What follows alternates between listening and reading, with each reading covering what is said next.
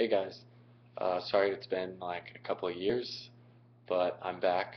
Uh, I've had my dreadlocks for 3 years and almost a month now, and I still love them. So I'm just gonna kind of give you a brief overview of what I've done the past 3 years to get them the way they look now. So first off, and I think the most important thing is I wash my hair pretty much how I did before I got dreadlocks. Like every night to every other night now that they're long and kind of annoying to wash and dry. So I use a couple different soaps over my time. This Dreadhead HQ soap is really awesome. Cleans everything out, tightens them up.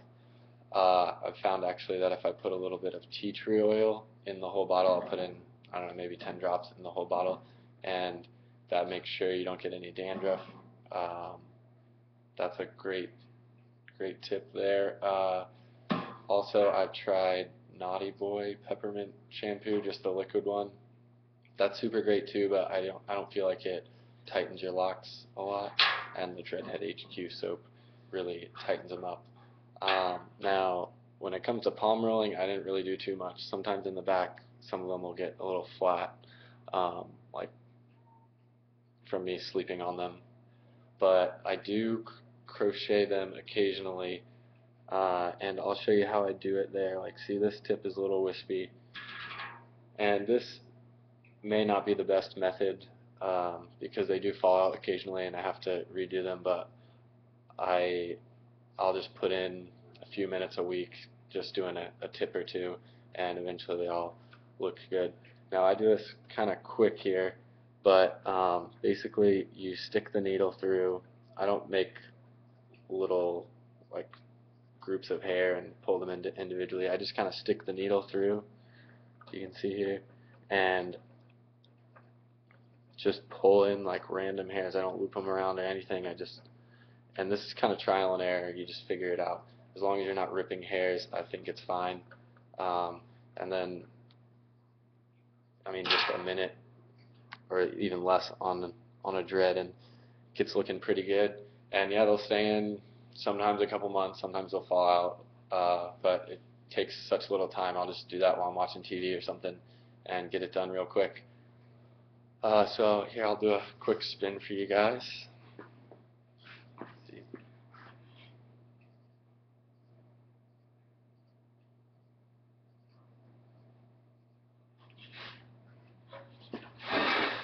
Alright, so a couple other little tips along my way. I found honestly the hardest thing that you have to keep up with, like if your tips come out, it's no big deal. You can fix them when you get around to it. But your roots, though, really are the biggest thing. You have to make sure you're going in and pulling your roots apart if your dreads, if you don't want any congos.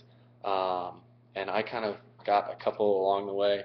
This is one of my first ones I have in the back, just split at the very end here. I have another one up here somewhere that's split pretty early on. Well,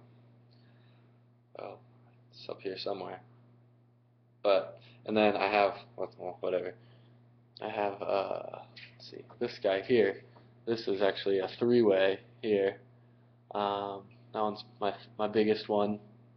So yeah, if you don't want congos, just make sure a couple times a week you're going through and pulling your hair apart. And I will sometimes, like on the sides of my head, it'll get real frizzy. So I'll come through and at the root, I'll crochet in some hair here too. But I don't really like doing this because I feel like it increases my chances of breaking the hairs at the root. Which if you break it at the tip, then they'll just fall out. But if you break it at the root, I don't want a weak dread.